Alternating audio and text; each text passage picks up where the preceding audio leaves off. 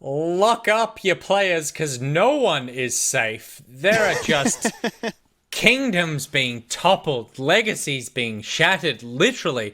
I mean, my goodness, it is an exciting day to be an OPL fan. Spawn, Legacy, just could not stand up to the might of PGG there. Did you see this outcome coming? I mean, I keep saying it, and I say it to my players all the time. Like, you are never as good as people tell you are, and you're never as bad as what it seems to be as well. Like, there is just this big middle ground of what is happening. And every year I come into the OPL, and people say, you know what, all the talent's left, the OPL's dead, blah, blah, blah, blah, blah. And I'm like, every single year, no, like, people will step up to the occasion. The difference between a good player and a great player is genuinely just experience a lot of the time.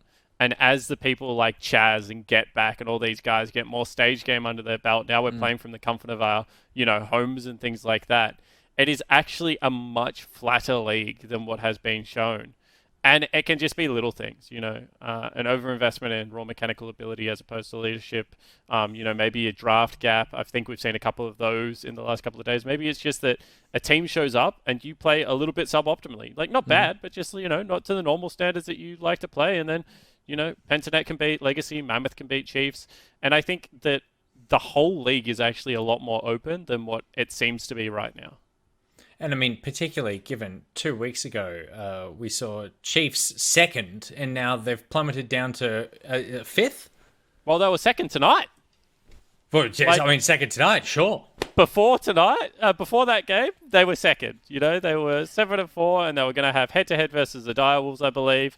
They would have gone up to 8-4, and everything would have been fine. Now they're 7-5. They don't have head-to-head versus Pentanet, and they're the last team in the playoffs race. That is just, the league is so damn close. The soup, Skimmy, the mess, whatever you want to call it, it's all back. It's just all bubbling away in the middle of the league.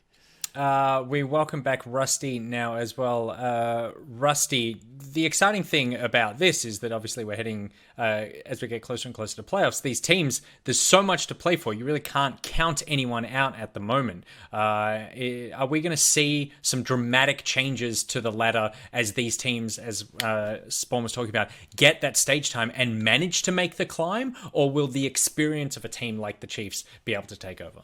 I think the question is, realistically, will the pressure get to the teams that don't have as much experience? Because if we're starting to see more equalizing in terms of team performance or team skill, if the 1% starts to shift, does that continue as it comes crunch time? Because the teams that are at the top of the leaderboard, or the ladder rather, have done this before. And they will consistently find ways to stay up there.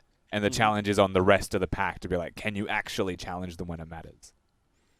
I have to agree with you because you're wearing a scarf. I trust everything you say. You're like some sort of... As the resident artist, I know what I'm talking about. So congratulations there to PGG. My goodness. I mean, God help you if you are not the lowest ranked team in the game that you're going into, because it looks like Order are facing a pretty damaging loss, if that is the case, that AV may just be able to stomp them. We'll be getting to Order and AV in a moment. We've got a time to jump quickly into the Nick bag. We have a few minutes. Also, I am so distracted by Perseus's butt. It's all I can see in the Discord, thanks to Rusty. There is just the most bulbous cheeks I've ever seen. It is right next to the software we use to stream. So it is... Chad's going to have no idea what you're on about, mate. No one gets context. It's just Perseus's butt in Discord. Huge, what is happening? Huge butt. And I feel like the chat about Perseus's butt is exactly what a confident... brand like EPOS would want to bounce off. EPOS, just a reminder that they are running their Out of This World gaming competition where they want to give away 2 headsets to 2 lucky OPL viewers. All you need to do is head to the @OPL Twitter page, reply to our post about what is your most Out of This World gaming experience with a story about your favorite gaming moment, your favorite gaming experience, and you can win yourself a GSP 600 headset. We've got 2 to give away. That means we've got 2 winners. It's happening in 2 weeks. 222 is all you need to remember. So thank you to EPOS for making that happen to your 2 ears. And a reminder as well that NeoSurf want to make you part of the OPL OPL by getting you in our opening titles. All you need to do is record a quick video of you joining our opening call, send it in via DM to @OPL and follow @OPL and @NeoSurf Esports on Twitter, and the winner will get $500 worth of NeoSurf voucher credit. 5 winners up, $100 each. You can't sneeze at that. That's a lot of skins you can buy in League of Legends. That's a lot of Perseus butt that we could be seeing. All right. We got to post that picture somewhere. It's a fantastic... I need to... Do you want me to post it on social? Just hang on. I'm just going to type some things just to get that out of the... There it is. Okay. It's nearly there. I've got a very big monitor. There we go. Now I just see strong calves. All right. It's time to jump into the Nick bag. Let's roll the tides.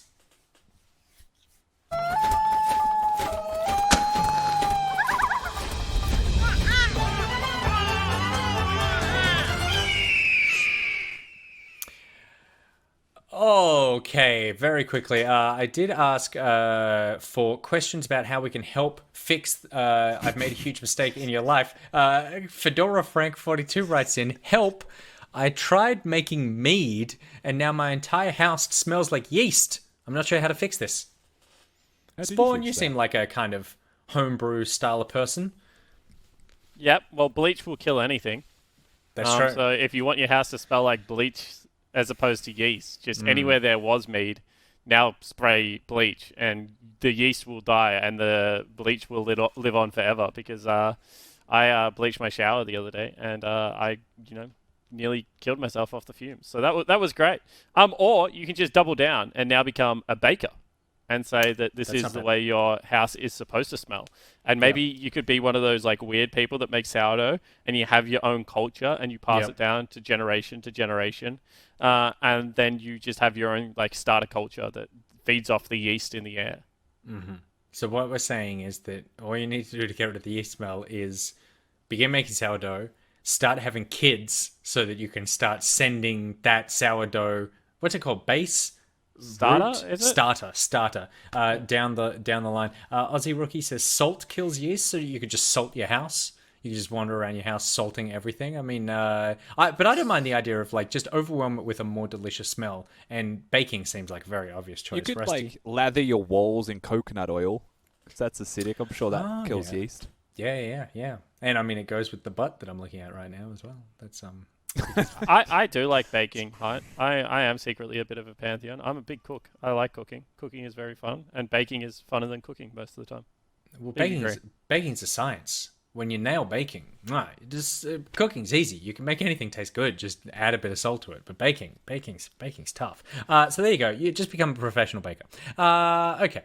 Next one comes in. Shamed in Sydney. I was playing Valorant instead of paying attention to my job this week, and I hit send before checking that I got the information right. I assume what they mean, the information of what they were working on for work. I don't know if anyone noticed, but I don't want to be fired. Please help. I mean, the obvious thing That's here so risky. is stop playing Valorant, but that is... No. Hey, be careful what you say. We need jobs, and the way we get jobs is people engage with the games that we play, Nick. I was going to say, stop playing Valorant, start playing League of Legends. Okay, yep.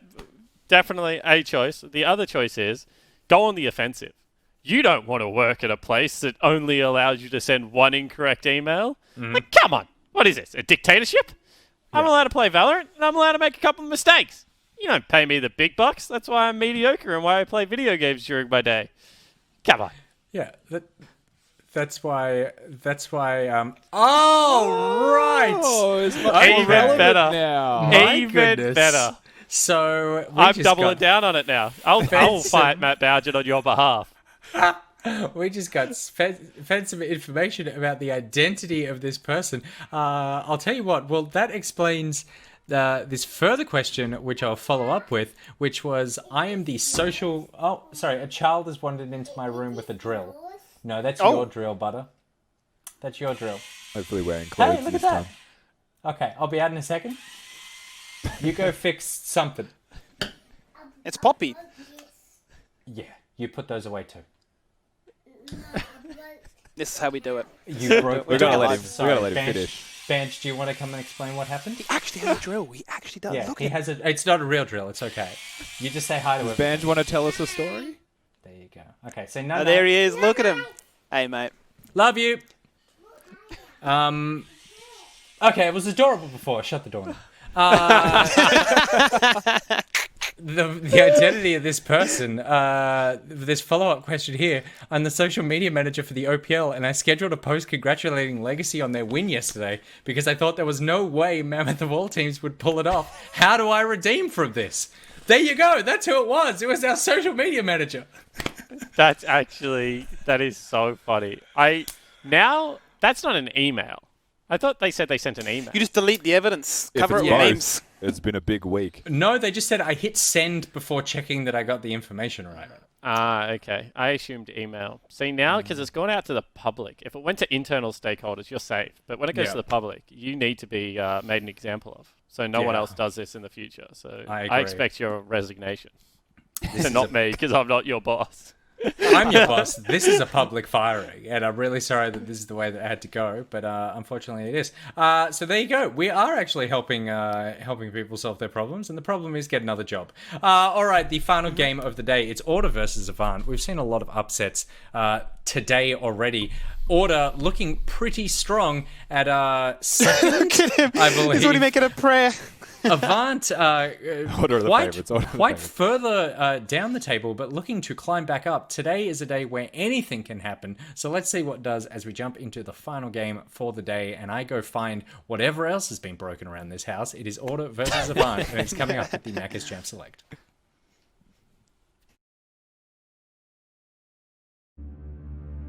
Yeah, after the 2-0, I think my confidence has definitely improved, but it's not conscious. I always knew that our team was good. I always say that we can beat the best teams, we can beat the best team. Team should be scared of us. I think if we go into form and we start smurfing, we'll be near unbeatable. Good luck to everyone else. The gauntlet week, they will get the 2-0. They took down Legacy. They'll take down Pentanet. And what a performance out of Order. Coming into this week, Legacy were ranked number 1. Pentanet.gg were ranked number 2. They end the 1-1 curse. DOS has played a really good games of Silent. Teams will probably ban it against him, and I find that very respectable when you can just play a champion for 2 games and you just get banned. So yes, I think they're scared.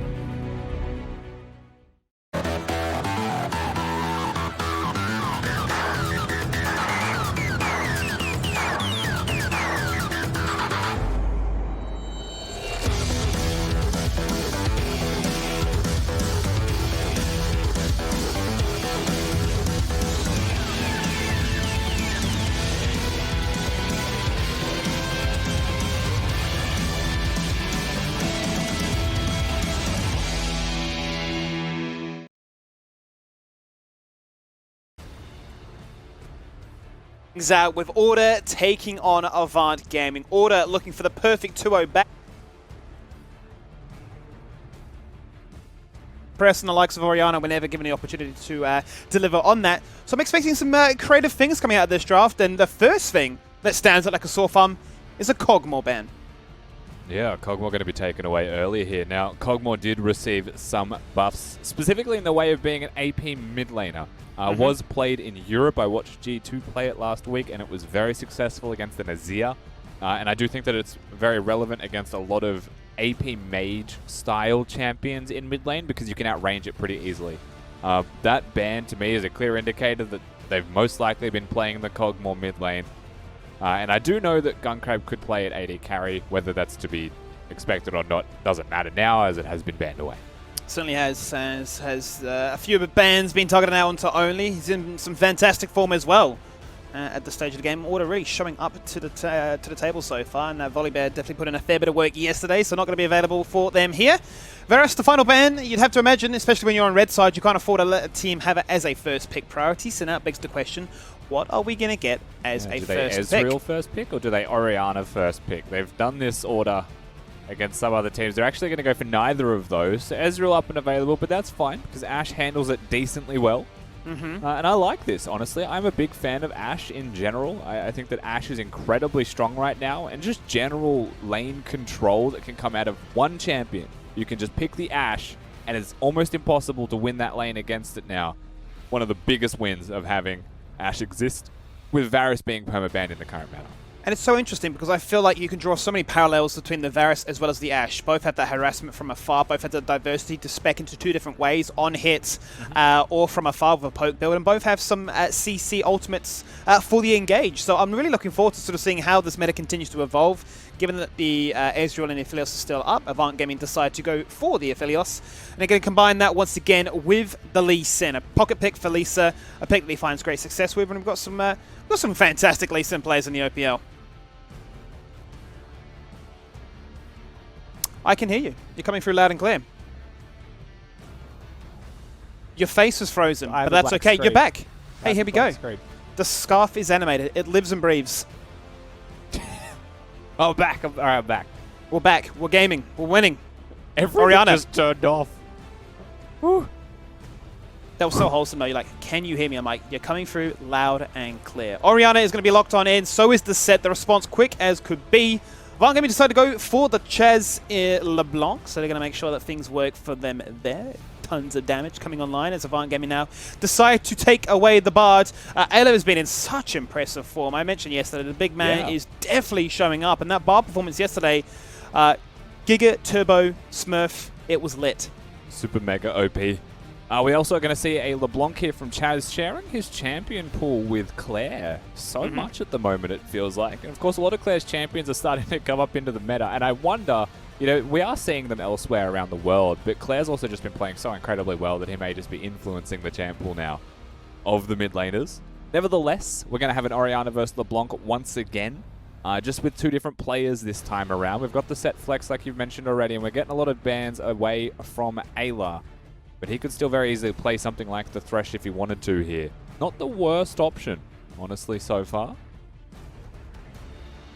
So we touched on the Bard being banned away already. To add to that, obviously, Rush, you have to say that the Karma almost feels like a knee-jerk must-ban reaction based on the fact you've gone for a first-pick Ashe. You can't allow them to have too much success in the spot lane. And what will Order do? They'll look to try and deny away anything that can try and break apart the five-man squad. Mordekaiser, obviously, with his ultimate, and the Nautilus to complement the Aphelios and finding those engagements. So, begs the question now, where do Avant Gaming go with this one? Do they look to try and pick their support now?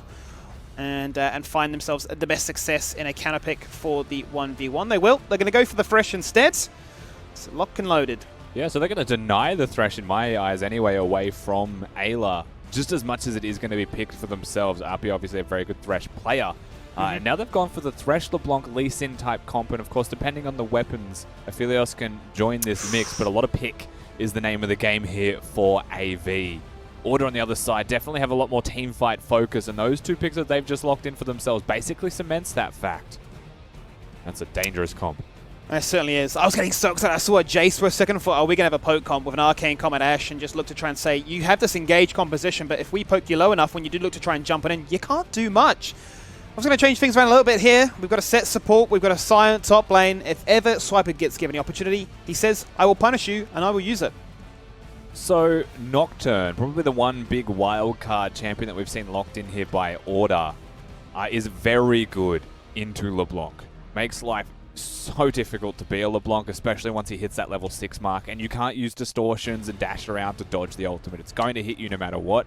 Yep. And the ability to control the map through having that level 6 play, we often say it, of course, but Nocturne's first ultimate tends to determine how the rest of the game could continue to go. If it's successful, the snowball's disgusting. And against someone like a LeBlanc, it's entirely possible that that is successful. And what they've gone for here, Order, is they've kind of gone against my expectations. They've banned the Nautilus, which to me is a clear indicator that the set isn't going support. Because you want to play the set into the Nautilus, it's a good matchup for the set.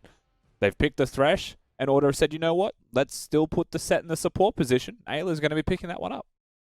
Let's still go for it. We don't really care. And, you know, given the fact that he is having the form of his life right now, this is an aggressive bot lane that has, well, basically CC from both angles. We've seen how often they can look to go with the Unsealed Spellbook or even sometimes the Keystone of Omnithone, sorry, and rock and roll with the Hex Flash and just continue to say, look, I can burn my Flash, but I can continue to be aggressive and look to try and bait out as many summoners as you possibly have. And it makes it very easy then for the likes of a Nocturne to then rock up into that lane, ultimate or not, and guarantee a kill.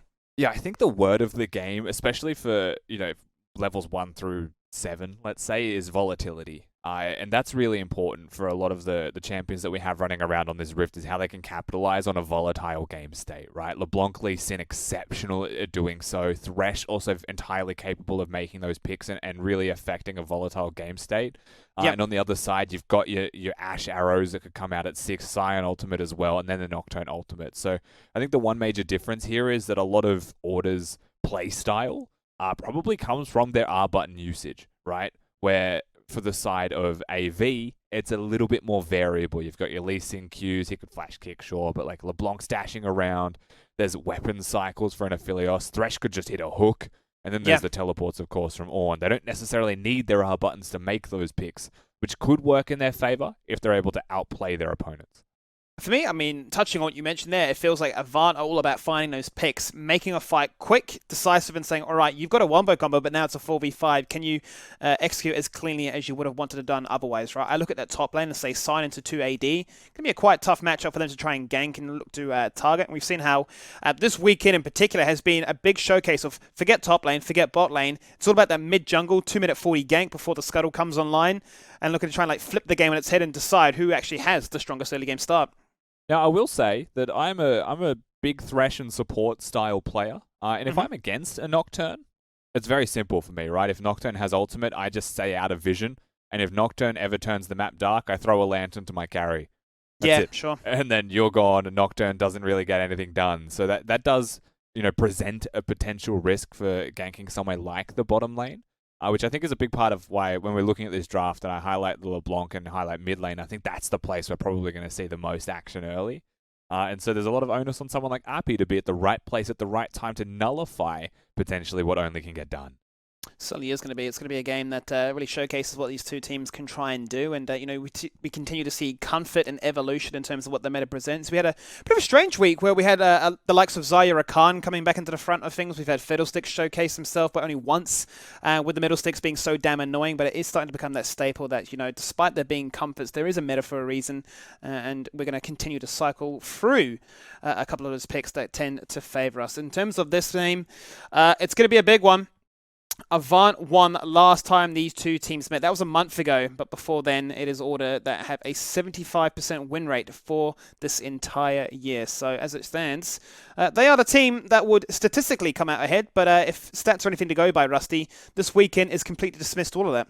Yeah, Order have won 5 of their last 6 games, Skimmy, which is awesome, because you never get to say that for a team like Order, do you? But I do think that, not only has this week been confusing, and not only has this week had some upsets that you would never expect to say or see, AV are inconsistent, right? And Order's biggest thing that has plagued them for a lot of time has been their inconsistencies, but they seem to have shored that up. So the question for me now is, will AV come into this game in their best form? They looked good yesterday. It seemed like a really cohesive and just solid victory for them overall, but can they do it 2 days in a row? Right? And this is a whole new ballpark. It's not Gravitas that you're facing. It's now Order, who are on the trot for a lot of wins in a row. So can they come in with consistently good form? And if both teams come in with their best form, is it enough? And I do think that the individual talent on AV, to me, that answers it with a yes. It is enough. They have to still play their best, though. You know what's crazy for me on that notion is that it's such a good form check for, the midway point of Split 2, because to kick off the start of Week 7, it's Order taking on Mammoth and Avant taking on Legacy. So these are big games based on how Mammoth are playing so far, and to that same extent, how Legacy are playing so far. What do these two teams look like today, but then what would they look like going in with another week's practice under their belts? Yeah, I think form checking is an interesting way to look at it. At a certain point, Mammoth are no longer form checking their opponents; they're in the race, all right.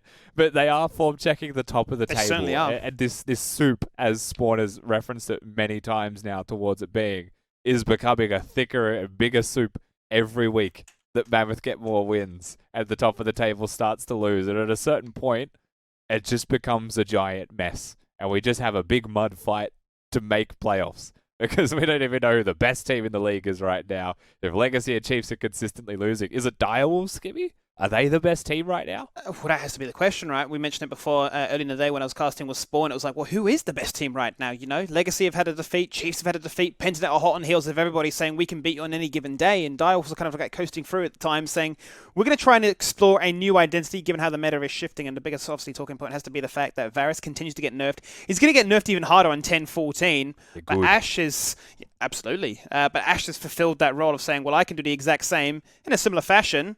And the ADC role is kind of like on a speed dial of what do I play here today? Do you know how generally metas tend to shift, Skimmy? One of the key factors that you look at with a lot of meta champions, right? If something's OP, you're like, how do I beat it? And generally, the answer to beat a champion is just have more range than the champion, right? Yeah. So you'll see like an Aphelios run around, and Aphelios' range got nerfed so much now that you can play Ashe. Ashe trades from a longer range than you and can do more damage as well as push. Ashe is really good. How do I deal with an Ashe? I play Varus, because I could press Q at a longer range than Ashe's W, and this game continues. Eventually, Jhin comes back in the meta because he's just basically global, and League of Legends just becomes a crazy place again. It's the same thing with mid lane. Azir is meta. You're like, how do I deal with Azir? Vel'Koz. Vel'Koz has more range, so we could deal with Azir that way. It's one of the key tenets of a lot of coaching thought processes, and I think that's, you know, with Varus being permabanned, Ashe may just be the best. And it seems that so much now of these games are being determined by a strong early game, right? We said when we're looking at Gravitas, can they look to try and get themselves a strong early game? Same for Mammoth, can they look to try and get themselves a strong early game? And it looks, I mean, you want to say it looks so easy, but it looks like such a different identity when you are able to say, we can force these trades, we can get this priority, I can contest a scuttle. Those small interactions building up to much greater ramifications, if you will, in terms of what it starts to showcase. Big gold leads, big objective control. We'll get to see exactly where things go with there. A couple of minutes out, guys. So apologies for the delay. We're just waiting for for an update as to where these teams are at. Potential lagging issue is what I'm probably suspecting at this stage between Order and Avant. So shouldn't be too long here as we get ourselves ready for this one. But as it stands in the league, Order play for here. As I mentioned before, Order sitting at 7-4 right now. They'll need another victory here to continue to be tied at second place with the Direwolves. And Avant will want a victory here as well to continue the chase for Pentanet, as they are just one win behind them. And I've just done some quick checking on the weekly schedule that we have. Week 7, so next week, Order plays Direwolves on the second day on the Saturday. So if Order win this game, that to me is kind of like this fight for who's actually the best team in the league right now. It's a form thing, so it may not persist through all of the playoffs, but I think that's actually a really exciting game to look towards, is Saturday of next week if Order win this one.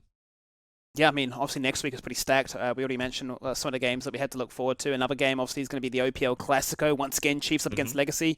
Yeah, Order versus Direwolves, Avant versus Pentanet.gg. There's going to be a ton of action. Yeah, stacked Saturday. That's what we'll call it. Stacked Saturday. I mean, absolutely. It starts. I mean, you've got then Gravitas up against Mammoth to finalize the night. So stacked Saturday is definitely going to be the key word.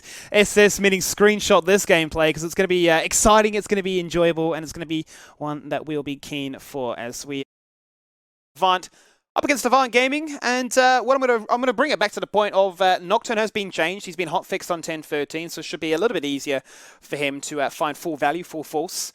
I'm quite curious to see in the hands of Only how he can actually make that look good here. You talked about obviously trying to find success at level 6, but has very good clear to match that of Lee Sin before 6. Yeah, I mean, he clears pretty much faster than Lee Sin would at all times. One of the things that Nocturne has going for him is if he has good Raptor control, he stays very healthy, gets multiple rotations of his passive up, then Unball Strike gives him a lot of health back. So not only does he clear fast, he clears with a lot of health to his name. We are straight into the Rift here, guys, so no more asking the questions of where we're at. We'll get to see this actually executed onto the Rift. And we'll get to actually look at Only and see where he passed. Yes, we will. The final game here for week number 6, guys. Order on the blue side, Avant on the reds. It's been the notion of this weekend, each game representing so much more than just the result on its own, but as to where these teams are at, who is the strongest in the league right now, who can make themselves find the most desirable spot going into those all-important playoffs. And based on the current form, this would be Order looking for back-to-back 2-0s, but Avant looking to say, yes, whilst inconsistent, when we are on any given day, we can beat the best. Yeah, they most definitely can. Of course, let's just take stock once again, as it has been quite some time for all the viewers as well, of the team compositions that we've got going on here. So we do have a tank battle in top lane, Sion versus the Ornn. Probably just going to be a lot of farming up there. Sion is actually one of those uniquely equipped champions that's just started to crop up a little bit more here and there. Not just because of the tankiness or the staying power or, you know, the ability to use ultimate and get back to lane, but does a crazy amount of damage. Can build, Sterex gauge, and somehow one-hit carries while being an unkillable tank. So there's a lot of potential there from a pick like the Sion in what is basically just a tank matchup in top lane. Now we've got different styles of junglers here where they can still duel each other. And Nocturne's not going to shy away from that dueling skimmy, but does want to farm up to 6 as fast as you possibly can. He certainly will be, and going to be very quick and sustained.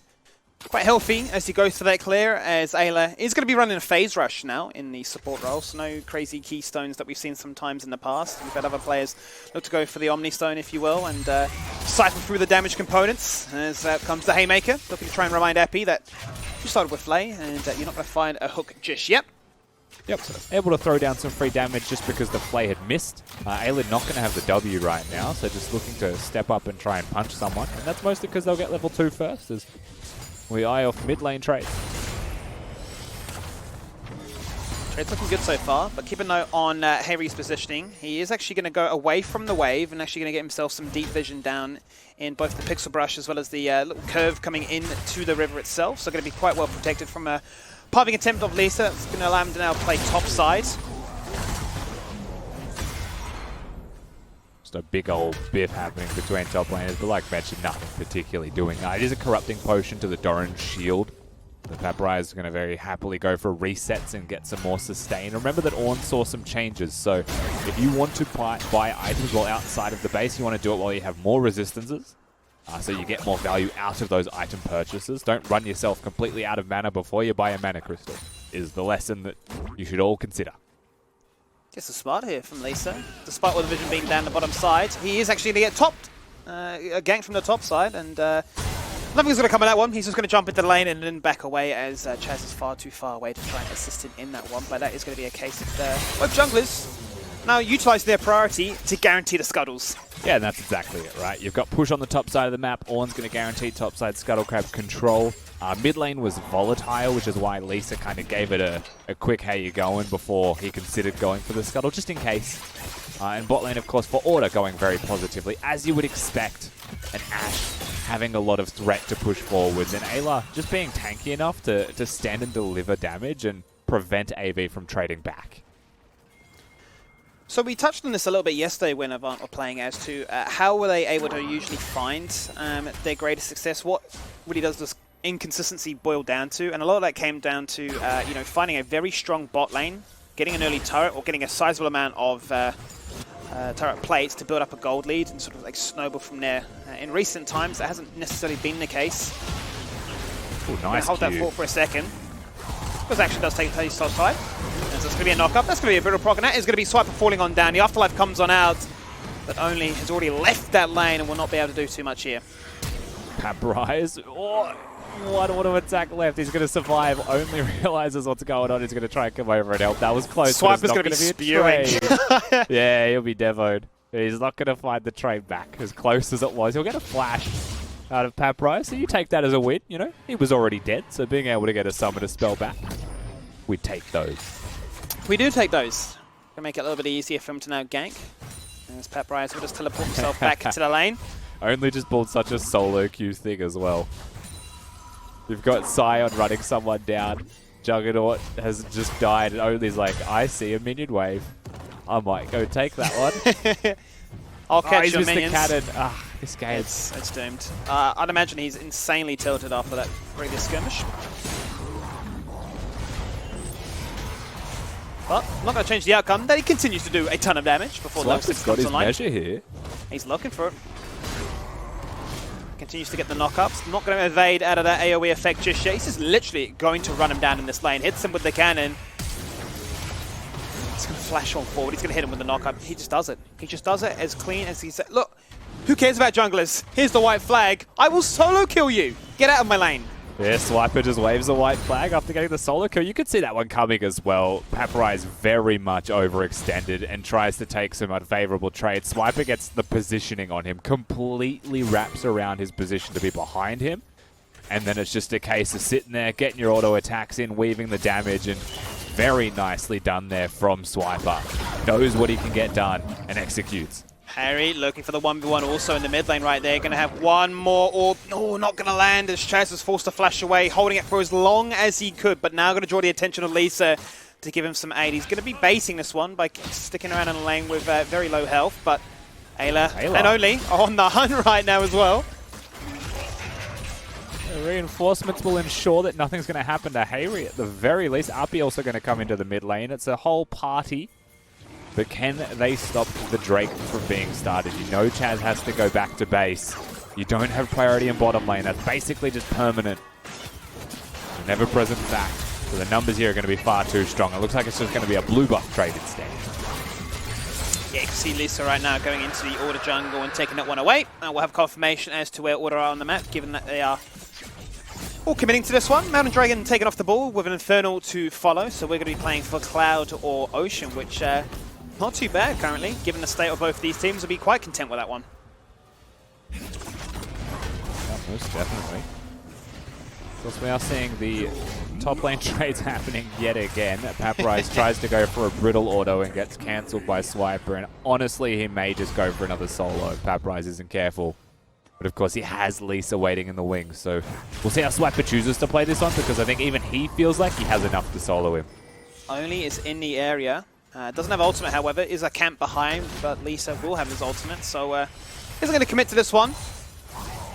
He's going to keep himself quite content underneath this turret as he leads the CS, and that is going to be a reset coming out now from the Ornn. Oh, going to get cancelled instead. Yeah, Nocturne also in the area, level 6 now, so you may see that ultimate. There it is. Out comes the Paranoia, and he says, hello, you should have gone for a reset. You should have gone back. This time, we make up what happened earlier in this laning state, and first ultimate, first kill. Yeah, very simple stuff here. Swiper sets it up, they get the first advantage, they make it happen through a solo kill in top lane. Nocturne then hits level 6, and he's just able to come up there and be the recipient of some further gold. This time, the gold does still go into the hands of Swiper, but you call that a successful Nocturne ultimate. Look at mid. Mid is where the action's at. Flash kick forward. Harry going to use that cleanse, flash himself out of harm's way, but the burst that comes online is so disastrous. Feared into the turret. As Only now gets the double buffs and gets himself a second kill participation. And that's just perfect from Only. You see his positioning on the map, knows exactly where the action is going to be. And yes, unfortunately, Hayri goes down. But it was a bait that was very intentional, and a big win there once again for Only. You mentioned levels 1 to 7, it was going to feel rather volatile. And definitely hasn't disappointed in that fashion. Yes, only 5 kills in 9 minutes, but it feels like so much has happened. It does. Even if there weren't kills. Amount of action. Yeah, I mean, 5 kills doesn't matter too much as there's been a lot of fighting. Bot lane definitely in a position where they want to reset here. Skimmy, a hook could be deadly. That's range Shirk, but he will not want to commit to that one just yet. Ayla going to try and bring him back in, but that won't connect as well. So no harm, no foul.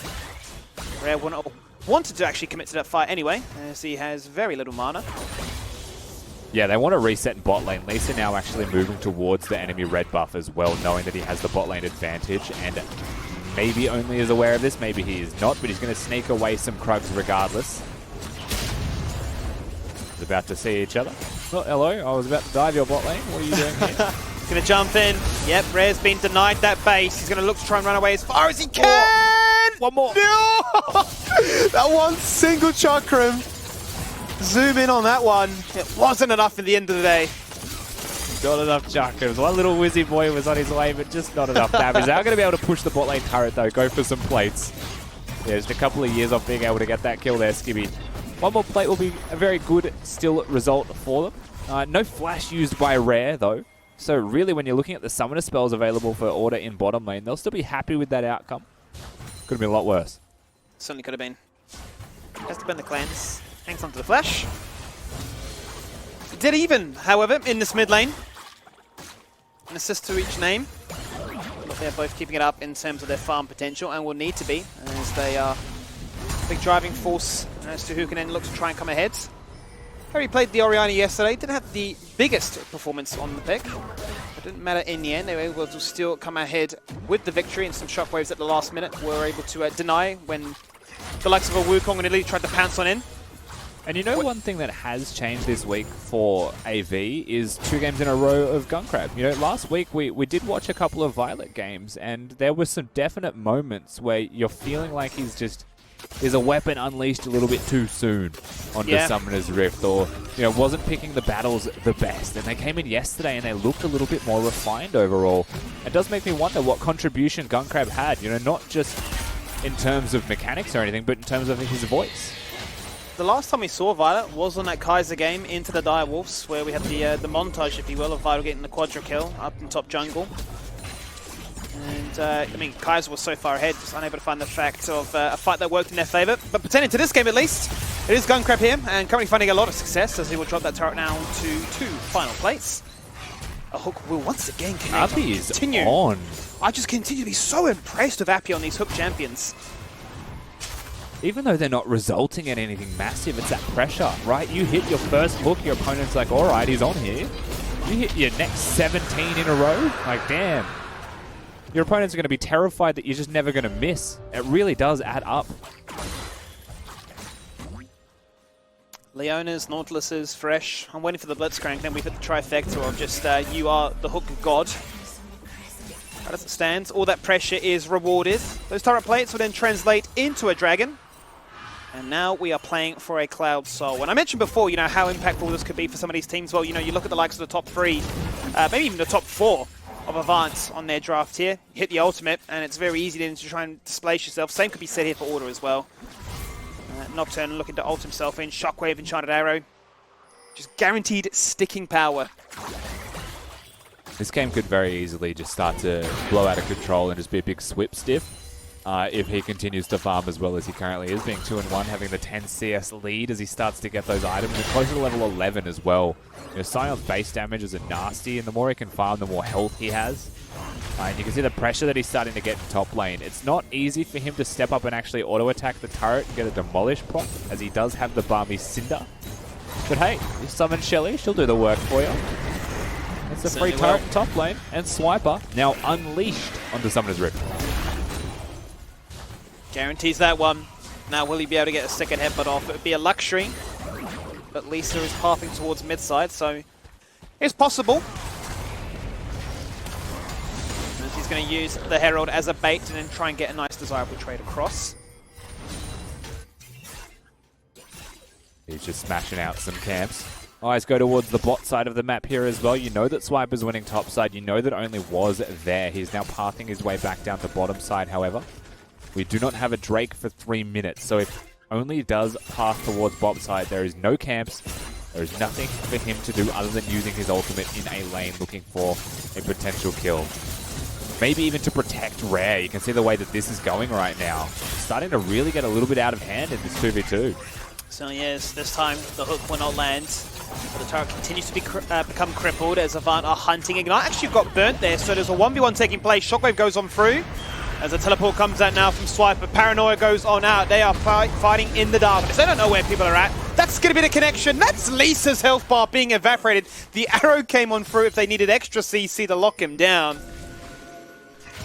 I mean, you couldn't write this game any better, Skippy. We subbed it up. We said Swiper's going to hit level 11. He's going to get his items, and he's unleashed onto Summoner's Rift. And not a moment later, teleports in and basically just one-taps Lisa. Almost impossible to get away from that one, namely because the Nocturne Paranoia actually locks you down. As Rare. Just going to be out of range there for Call of the Forge God as he's forced to flash out.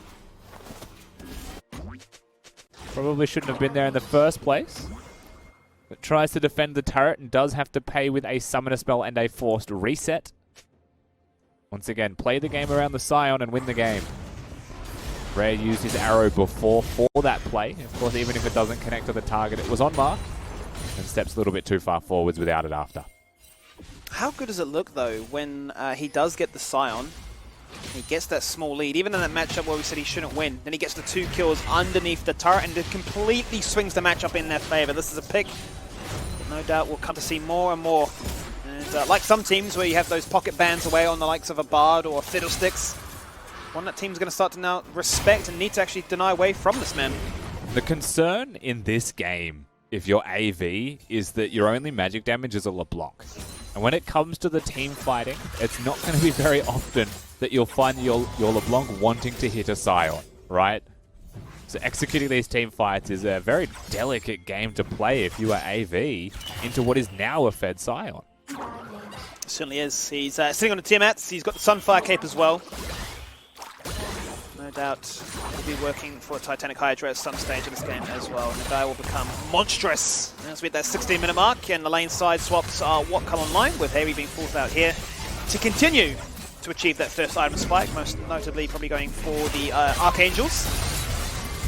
Bot duo are locked in place here mid right now. As Arrow goes out, but the response is strong. The hook lands and Lisa connects. They're going to go for the support in sets. No Haymaker, no Grit. Flash click as well. Can they turn things around? He goes gold and he tries to live for as long as he can. No Flash. Will fall down eventually. Appy survives and Avant. They show up. They're still in with a chance. You got to give that one to AV. Lisa with some fancy mechanics there making it work. And you can see the pressuring that was coming out of AV actually forces the Enchanted Crystal Arrow from Rare just to defend himself. And then the positioning of Ayla seems like it was postured to do the exact same thing. So just a little bit out of position they found themselves. They have to throw everything to try and compensate for that. And AV stand resilient. They're able to make it work. They get two very nice picks. No swiper, no damage, but we'll see how they go here trying to apply some damage to it. He's in a whole host of trouble right now. Gravity's going to connect. He's going to be forced to flash away. His team is so far away from him. There's no ultimate. He's going to be using that ultimate to disengage. Avant, so much pressure here right now. Chaz tried to really throw his face into the front of that one to block it, but just a little bit off in terms of distance there, unfortunately for AV. Not going to get the kill that they were after. They will get the flash. They will get the ultimate out of the Scion. They'll be very happy with that one as they are starting to really mount up some defiance in this game and put themselves back into a winning position. Did Order catch them on the retreat? They all went for a reset there. It was perfect timing also that fight that took place in the mid lane to allow them to go into that dragon. Order going to respect that they have no vision. Avant are able to cheat that one. And will this Drake be contested? Because it is a clouded dragon. Both teams already share a Drake apiece. Not going to be the highest priority objective on the game, you would have to imagine. Particularly something like a Riptide is available. But Isaac Chaz there. Oh, Chaz goes in and superb disengage. He baits out the Enchanted Arrow. It will hit nobody. As that goes Nocturne, who's he going to connect with? He goes onto LeBlanc. You can't juke that, and you highlighted it. But he manages to regardless. Lisa and Chaz are bleeding. They need some help. One will fall down eventually as the arrows come flying on thick and fast. Both AD carries getting in on the action, getting aggressive and getting rowdy. That's a double kill now for the Aphelios. That's a kill for Paprise as well. The Papton gets the shutdown. The damage is there. The gold lane swings in their favor now, up by 2k. Wow, that was a game of such blinking and low health bars. We have to watch this fight one more time, Skibby. Chaz starts it off, Arrow just misses. Ayla uses the W there as well. And they look at Swiper, they cancel him from his Q. And Nocturne comes in to try and make a trade, and just as the Nocturne ult connects, Shockwave just barely missing Chaz. He flashes over the wall and gets himself to safety. Lisa doing the same requires a bit of extra work there from Rare to get in. And unfortunately for Rare, that positioning difference is the reason that he goes down, because Guncrab was not touched through all of this fight. You put your effort on Nocturne into going for a LeBlanc. After she has used a lot of her spells, suddenly the Guncrab is just unleashed. The Guncrab. The gun crab, he's not even a person anymore, he is just a terminology. He's making a case right now that Avant have this flexibility in the AD carry role. The guy just sits on two cloaks. He is Batman. He is fighting in the dark. They just finished a full Phantom Dancer from one of those cloaks as well. So crazy. How do you like that snowball coming out of him? And he is the one place in this map that was going very well for AV. And when you think about it, right, there was a lot of effort from Order and topside. And it was a big Scion. And your concern is, this is a massive Scion. He's going to get armor. He's going to be really hard to deal with if you're Guncrab, right? You have to just run away from Scion all the time. But the last couple of minutes have been steadily going more and more their way, AV. And we're at a point where Aphelios is so far ahead of his lane opponent. And it doesn't matter how big the Scion currently is, because he's going for the damage build right now. As long as AV protect Crabbles, they're in it. Certainly are. He's up by such a significant margin, isn't he? 70 CS. That's huge. Absurd. He's got a bounty on his head, and quite rightfully so. He is the target to try and take down right now, but Chaz is so damn slippery. That last fight there, jumps in, denies not only the Ashe ult, then gets himself out of the paranoia from Nocturne, and then just lives to tell the tale. He's having fine form here today. So what Order need to get done now is another good Nocturne ultimate. If you can get a flank from Swiper perhaps, or just a good positioning for an ultimate engage, you throw in a Nocturne ult at the same time, and it's very difficult for AV to navigate around that one. They don't know where it's going, they don't know who's going to be hit by that one. And objectives are obviously the free place to look at to maybe force things like that. In saying that, I'm a big fan of Order's composition when there is no objective as a primary focus. If you can catch them split pushing, catch them in side lanes at really unexpected times, that's something that Order's comp can do exceptionally well, and it's hard to know or prepare for if you're AV. Yeah, certainly can. The ability to have those quick picks, as you highlight, definitely works well in their favor, and that's what Avant are kind of banking on, is that the fights continue to work in their favor, where they can get that initial pick, that they can then translate that into an objective, and that you have a very tough time pushing on into them. 22 minutes in. Kills are quite close, but the gold lead continues to go in Avant's favor now, up by 1,500, and with the second dragon successfully under their control. They've got damage threats across the board. They've got a Lee Sin that has gone for the Black Cleaver. They've got a LeBlanc that is working towards potentially the Spellbinder or the Rabadon's cap. And a very fed Aphelios. You'd expect the Spellbinder for the Orianna in this one, just because you can see that the second component of that Spellbinder is there. Its name is currently eluding me, but it doesn't matter, it's a small item. The spooky ghost that makes you run away from all your fears, that's what we're going to call it. Aetherwisp? Aetherwisp. There it is. It is now. Even if it isn't, it is now. Is that the second time we've been put on the spot? I think we're putting ourselves on the spot at this point, though, aren't we? Does Mundo do AP damage? I don't know. Let me just check. We don't need to reveal this information to the public, but we're doing it. Hey, casters don't need to know this stuff. We just need to be excited, don't we? Let's see what happens here, because Harry has called out a situation. He's forced to try and disengage away from that one. That's going to be a big dive disengage. Ayla looks to try and force some focus. They're going to find a shutdown. They've got Gunkrab locked in their sights. This is big right now. That's a triple kill they can achieve. And now they can lock members down. They have to sustain. They have to soft CC. Papra's in a whole host of trouble. What can Chaz do now? He has no team around him. He can't get away with these kind of cheeky antics anymore. That's going to be a quadra kill. Not a single member of Order dying. And just like you highlight, a fight not around an objective, but it's successful. Yeah, they hit the Nocturne ultimate. Sion with a massive ultimate there as well. They find the targets, but the real MVP of that team fight was Ayla finding his mark with Gunkrab, locking him down. Not even a chance to try and flash to safety for Gunkrab, as that's just come up now. Baron's going to be started, 6,000 health to its name. No chance of Elise getting here in time. It's just Chaz. Chaz desperate to catch somebody out. They want to try and take down this Nocturne. He's so damn low. They need him for the smite. Oh, 42 health, 42 health. Hold me, that was so close. Chaz could have done something crazy there. He's done it before. Had W, that may have been a Baron. Oh, they didn't know. Chaz didn't know that the smite was early either. They'll at least get themselves the Baron. Just a cheeky clench in there beforehand. Why not, you know? Panic, as only was so low, he just wanted to use that smite but not die. Chaz had a chance to potentially deny that away, but they're going to have the full squad back up and alive. That's going to be Order dashing on it. He steals it! Buff to buff, he secures them. Now can they win a team fight as a result? Out comes the Nocturne. They go for the kick, the shockwave. Where is it going to go? Swiper on the flank. They lock down Appy. He can only do so much. He's forced to flash away. Shockwave onto one. Can they get the kill? They can secure it. They get everything. Order show up and they stabilize at the 25-minute mark. And yet again, when Order press their R buttons, they are very difficult to deal with. This is also a team with Baron buff, starting to push forwards now. They've built themselves a 2,000 gold lead, and they get the flash from Gunkrab once again. So Appy goes down, Gunkrab no flash, wait for the cooldown of the Nocturne ultimate, the Ashe ultimate, and the Shockwave. And suddenly you cannot play the game if you are the ADC of Avant, no matter how strong your lead is, and it's big.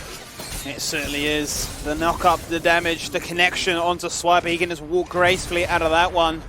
A big Baron, a big objective contest, and a big chance to make this game go just a little bit longer, to buy himself some time to patch up those weaknesses. Avant, hungry to keep the momentum in their favor. Gunkrab eliminated from the majority of these fights. He's now received the evolution on his Infinity Edge. But without a flash and without a cleanse, still very, very vulnerable. Eyes now go towards Order and what they can do after this last little push that they've made. Swiper hasn't got the most health to his name. May not be too comfortable sticking around here just by himself. Unless, of course, his opponent is purely physical damage. The game plan definitely revolves around Hayri wherever he goes. Look for the turrets in that position.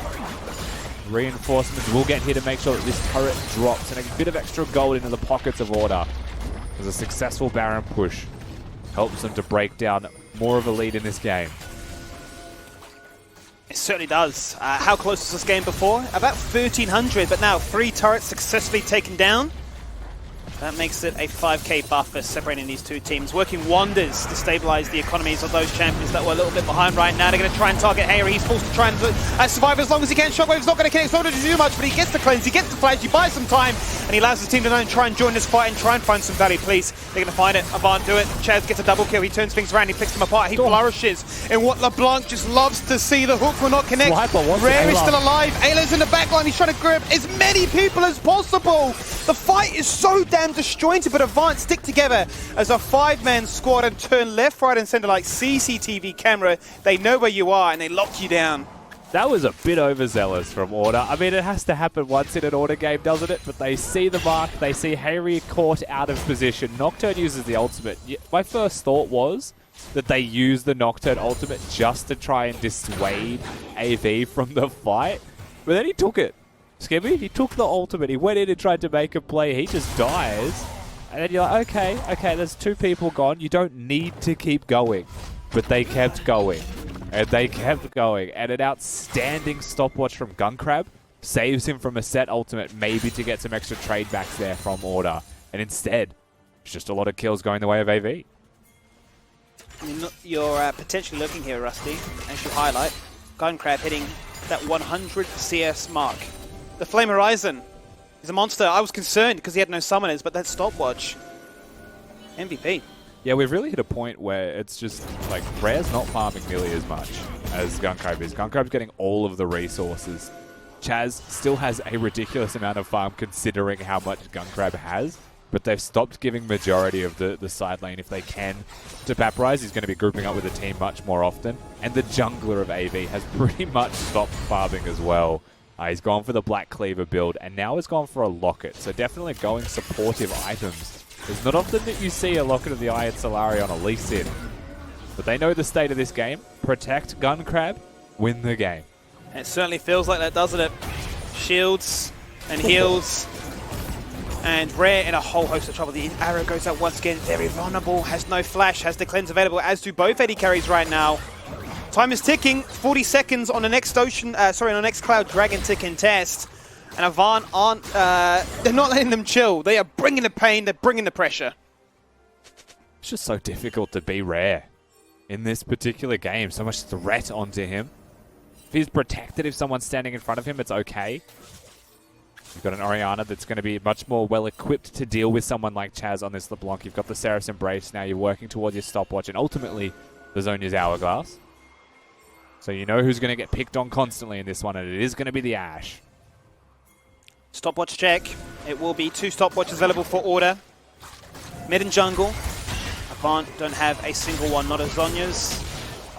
Not a stopwatch, not a chance to try and deny death this time around. It's going to be a clean-cut fight. Burst is going to be vital. There is a flash for the Aphelios. Lisa. Ace is king.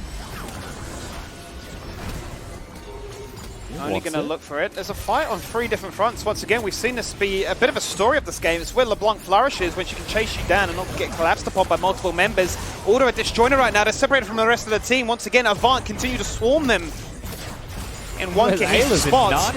Ayla's on his own, going to slam dunk 4 members in. Will the arrow connect it? Will this time Shockwave has to be smurfed? It connects, and it means that Lee Sin falls on down. No smite for this dragon. Appy so damn low, only will fall on down as well. There are no junglers alive. But can these bruisers lift a tail to tail? Oh my god! The denial on the Lantern is absolutely huge. Ayla, stop it! He continues to impress. There's a double kill for the Scion. And there is going to be the quadra kill again. The big man gets a triple. Scion is huge.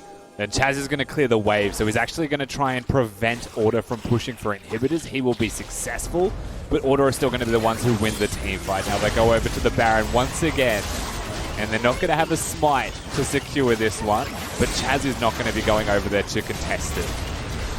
Ayla with one of the craziest positionings that you've seen from a set. No idea what he's doing there, but he makes that work so incredibly well. Finds the mark for an ultimate, then flashes forwards on the Gunkrab to lock him down. And that's the name of the game here, right? We highlighted that just before the fight started, but if you can free Gunkrab to be hitting people, then he's going to win the team fight. And he was never free. There was always someone pressuring him at any moment in that fight. And Swiper just trudges on through. Speaking of trudging on through. One vulnerability, he gets exposed, he gets taken down, but Harry says, not today! He deletes him as well. You just can't call this game. It's so back and forth, so explosive, so tense. That's probably not worth it for AV. I mean, Chaz had flash. He flashed the shockwave. Chose to hold something a spell for whatever reason. But hey, nice trade back from Hayri. Making sure that his AD carry's death was not in vain. Yeah. It was on Ash. So almost like both mid laners flexing. Hey, I can one-shot. Yeah, you can. Hey, I can too. Nice, look at us. Look at us one-shotting people in this game, eh? Look at us mid laners doing what we do. Who'd have thought? I love it. But a Baron buff will still present itself. Yes, a little bit crippled because they won't have an AD carry to try and push this one in, but they still have a ton of damage, especially when Demolish procs. Cross-map arrow will not find a mark. That could have been huge, setting up an engagement, which guaranteed the inhibitor. Now a flank is online. Lisa looking for it. The train's going to come on out. He's in fleeing mode. He's horrified. He can't do much here. He might fall on down before he can even try and jump in and find that kick. As he falls on down, eventually Aphelios gets the set, but the jungler gets the mark. Lethality is so damn clutch, especially when you got a supportive Lee Sin. He did definitely get the kickoff, luckily, just before the knockdown ultimate came out. Nice hook shockwave. 3-man shockwave! Hayri does it again! He's huge! The shutdown comes across though, that's all he's going to get at this stage of the fight. But Rare is back in business, he's up full health and there's no gun crab. He could look to try and potentially end this game at 33 minutes in. The respawn timers are so damn high. Chaz is up in 50 seconds. Mid inhibitor's going to fall on down. Surely they look to go for the end, still with this Baron buff. He's not going to hit the hook there, so Order, they're going to continue to push forwards with this Baron buff. They should be able to do this unless Paprise can pull something out. Lisa also back alive here, Skibby. The fight is on. What can they do? Swipen does commit here with the Afterlife. He's going to hit that first turret. The first Nexus turret will fall on down. Ola needs to try and disengage out of this one. We'll have the spell shield and we'll have an ultimate. If they want to turn things around here, they're going to go for the arrow. And they're going to try and sidestep out this one in the dark. Can they see anybody? They can't. Disengagement ultimates, but Ayla's here. You never know what he's going to try and make happen right now. He's going to try and grab one in. Showstoppers him out and deletes his hopes of trying to chase on down. It's Carnage. Ayla's it's nuts. Crazy. Ayla is such a good set as well. There's the threat of if you take this Lantern, I'm going to use the Face Breaker and cancel you from this one. It just gets the ultimate instead. The mind game's proving to be far too powerful here in favor of Order. They do lose a top laner, but in trade for their jungler and a lot of map control that comes from this one. Would you? I need to catch a breath. I've started becoming a play-by-play in this game just to help a little bit. There's not a chance to stop, mate. It's full on. Hayri, 3-man shockwave before he falls on down, guarantees the fight works in their favor. Ayla rocks on up and once again continues to impress with some very good discipline and understanding of when he needs to use these cooldowns. The guy is... It's insane right now. Oh, and when in doubt, run back down mid lane until it works. So we're back to some Oceanic League of Legends. There's 36 kills at 36 minutes. It has been a kill a minute. No reason to stop that anytime soon when mid lane still exists. Swiper, of course, going to be sitting on a side lane by himself. No chance to push that one when Infernum exists, and you'll just be able to one-hit the entire minion wave of your Gun Crab with your 4 items completed. And surely that's where we bring the conversation back to, right? Let's try and slow down if the game will let us. A minute 30 on a Cloud Soul and a Baron buff. GA has now been purchased by that Aphelios. He has both summoners, the Flash and the Cleanse. He is going to be far more protected now as to being one shot, and will be able to fulfill his role, which was, I have farmed out of my mind. I'm up by 150 CS. I've been donated all this farm. I'm nearly at full builds. I just need to live. I just don't know if it's in any way possible for Gungrab to deal with Swiper. So if the fight starts and the Scion is near the Aphelios at all, I do think that it's just an insurmountable advantage this tank has, and here he comes. He has 400 armor. You can't take him down. That's an arrow into a shockwave, into a slam dunk delete. They're going to try and find this one. Chaz is being zoned away. They're going to try and find Paprise to focus. There goes Lisa. Fly through space. He's not going to find the kick target, but he's going to get a fight that works in his favor eventually as Chaz is going to connect. Harry has been taken out of this equation. It's a crucial time with respawn time as being this damn high. Only nearly connects with his Q to try and take out the mid laner. But it's just going to be one kill. Yeah, damn, that could have been so many more kills. They were so close to getting more. That could have been enough to just push outright. At the very least, what they'll get here is another Drake. So they're going to deny any kind of soul happening in this one. And would you believe it? We copped another team fight straight down the middle of mid lane to result in an objective afterwards. You're Baron in a couple of seconds here as well, so you need the immediate resets coming out of Appy. If that gets cancelled, it'll be even worse. But right now, if you're Order, you just run straight to the Baron, knowing that they've got a reset off. Both Hawk shots been used to ensure that one. I mean, once again, we saw exactly what we were worried could happen if you're an Order fan, right? You know full well that if Gunkrab is unleashed onto the map, he has enough damage. Now, he may not be able to deal with Swiper, but there was plenty of people to stand in front of him.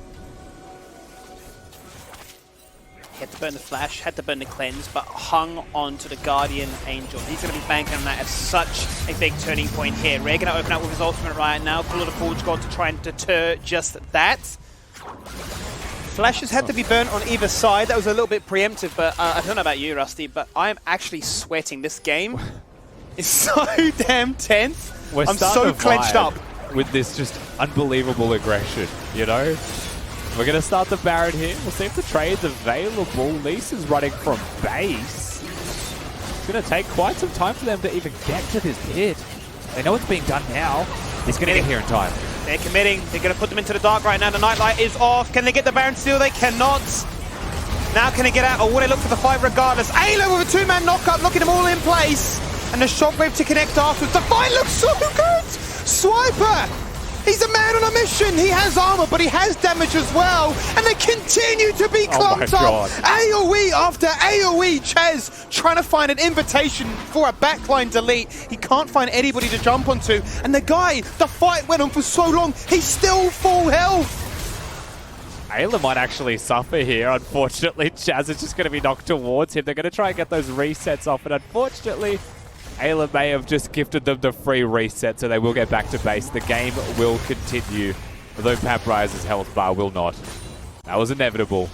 But damn, Chaz doing everything he can. 8-2, keeping him in this game. I don't know if Gunkrab got to right-click. I do not know if Gunkrab got to auto-attack once in that fight. He was just constantly hit by spells. Yet again, Ayla finds a flank, brings him in. He gets Shockwave. Scion comes through with a Q as well. There was maybe 2 auto attacks in there. He gets GA'd. GA runs out. Swiper throws a Q on the man. There was 3 auto attacks. And Chaz is just doing all the work for AV, constantly finding these flags. What a chaos. What a chaotic game. So much chaos. But that's such a beautifully executed fight of locking them down in that one spot. I'm grateful for that replay, which really showcased that this is how vulnerable Gunkrab is without the summoners. Yes, the GA had to be burnt, but it found no effect. He's actually going to sell that GA as a result now. Picks himself up the death stance. Going to go for some control wards as well. But those control wards will need to be matched with some elixirs as well. They need as much power online at this stage. 40 minutes in, 2 minutes on the soul point. But Baron is here, and Chaz, once again, successful in baiting out the Ashe ult. I mean, Rare's playing a horror game. Everyone else is playing League of Legends, and Rare's just dealing with jump scares constantly. Yes, a good way to put him. Has not been fun whatsoever. Lisa jumps on in, is forced to try and dash on out, is nearly pulled down low. Locker comes in, slam dunk on top 4, Shockwave! How insane is this man right now? Harry Hayri showing up the goods. That could be a game-winning fight. Back-to-back duos here for Order. It's looking the goods. Only Chaz remains.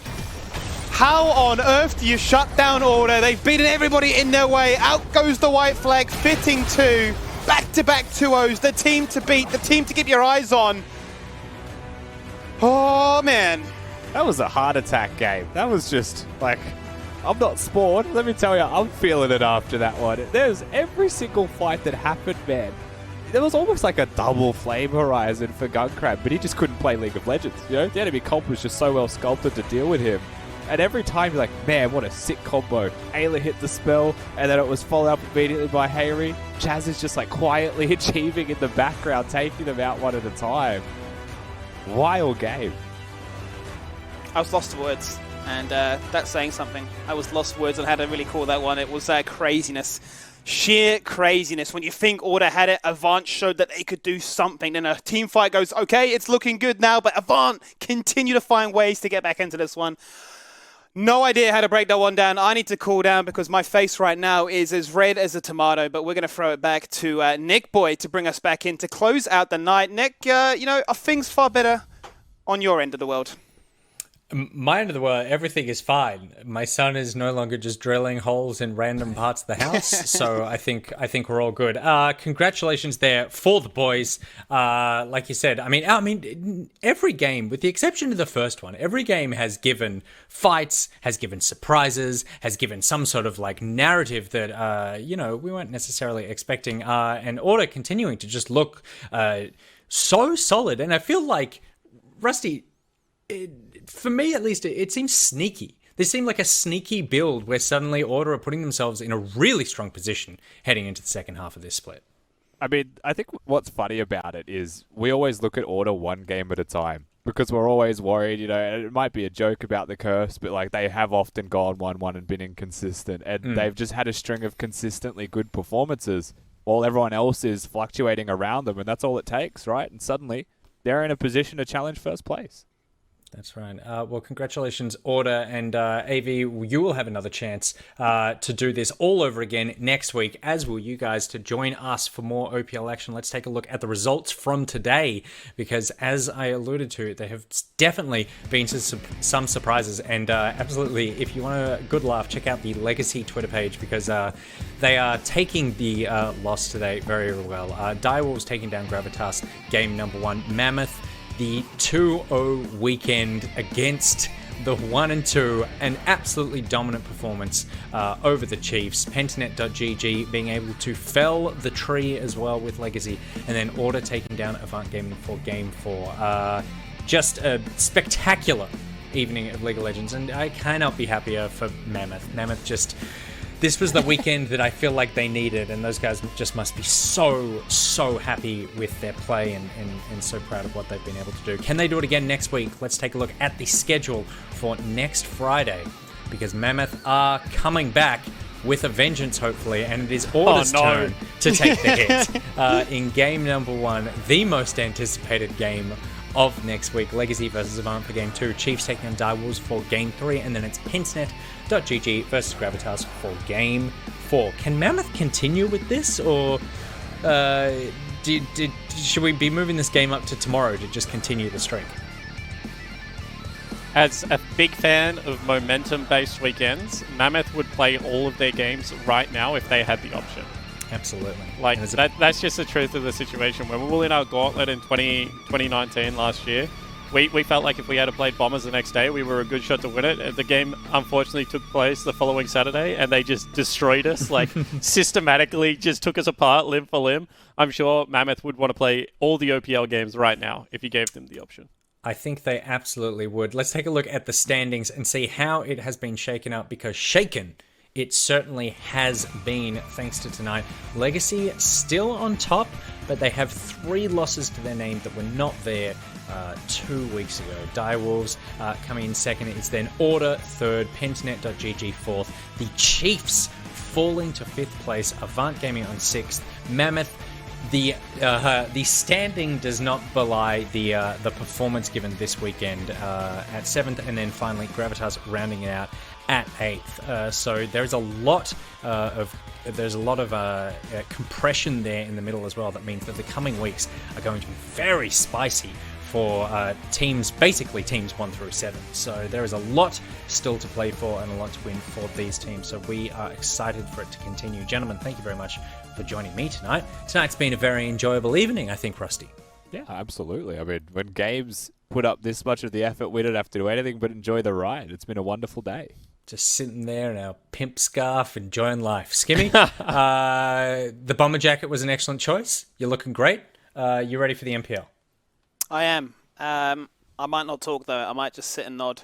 Yeah, you've had a big weekend, buddy. You deserve a rest. And Spawn, thank you very much for joining me. Congratulations to the boys there. You must be very excited. And obviously excited as well because the Order Valorant tournament is running as we speak. Yeah, it is. I haven't actually checked it out in a while because I've been watching too much League of Legends. But last time I checked, I was on to nearly the final game of the night, and it seems to be going well.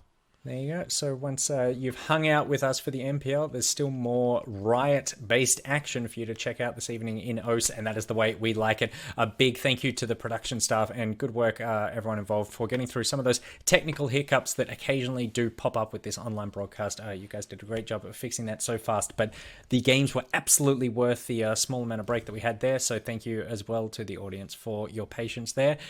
We will be back with more OPL action next week, and that is all thanks to our sponsors EPOS, NeoSurf, and Maccas. So a massive thanks to those guys. A reminder about the EPOS and NeoSurf competitions. You can check out all the terms, conditions, and details for that at watch.lollysports.com.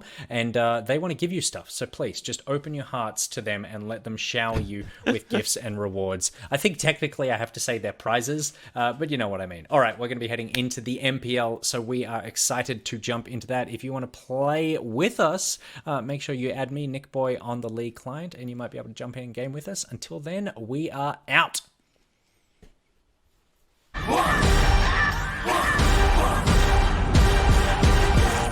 Today is the NeoSurf Cup, and we're going to be playing against Misfits, so hopefully we can bring home the win. NeoSurf is simple, safe, and secure. You can go to your local shop and get a voucher code and use it online, preferably to buy League of Legends skins. He's got it! This is deadly! He's got it!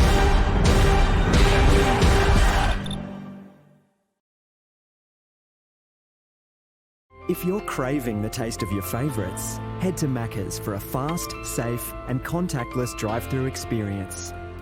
For your Macca's run, contact-free, we'll be here.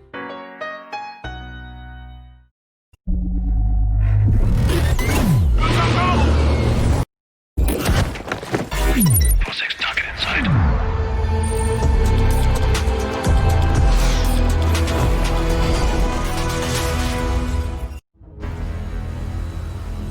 Greetings, Captain. Incoming status report with news from the Convergence. We've lost contact with some of our allies and enemies have called in reinforcements. We'll have to round up some new recruits if we want to restore peace to the galaxy. Ready? This is Team Fight Tactics Galaxies. Return to the stars. Valkyrie and Void forces have withdrawn from the intergalactic arena. But systems report that new champions have emerged with abilities we've never seen before. Mechanized units identified as Battlecast wreak fear and havoc among the ranks of their adversaries, while Astros possess unique abilities. It looks like some remarkably powerful champions are making their way to the front lines. A creature of total mechanical terror, Urgot launches his drill at enemies and reels them in for utter annihilation. Janna casts powerful storms across the battlefield, bolstering allies and disrupting enemy units with impressive crowd control. Thanks to her unique origin, she grants allies additional attack bonuses, giving her team some much-needed support. Oh, one more thing. The Galactic Leaderboard has been reset. With legions of new recruits entering the intergalactic stage, each with unlimited potential waiting to be tapped, I can hardly calculate all the future possibilities. Well, actually, I can. But that's not the point. The galaxy needs you, Captain. So, ready on your go.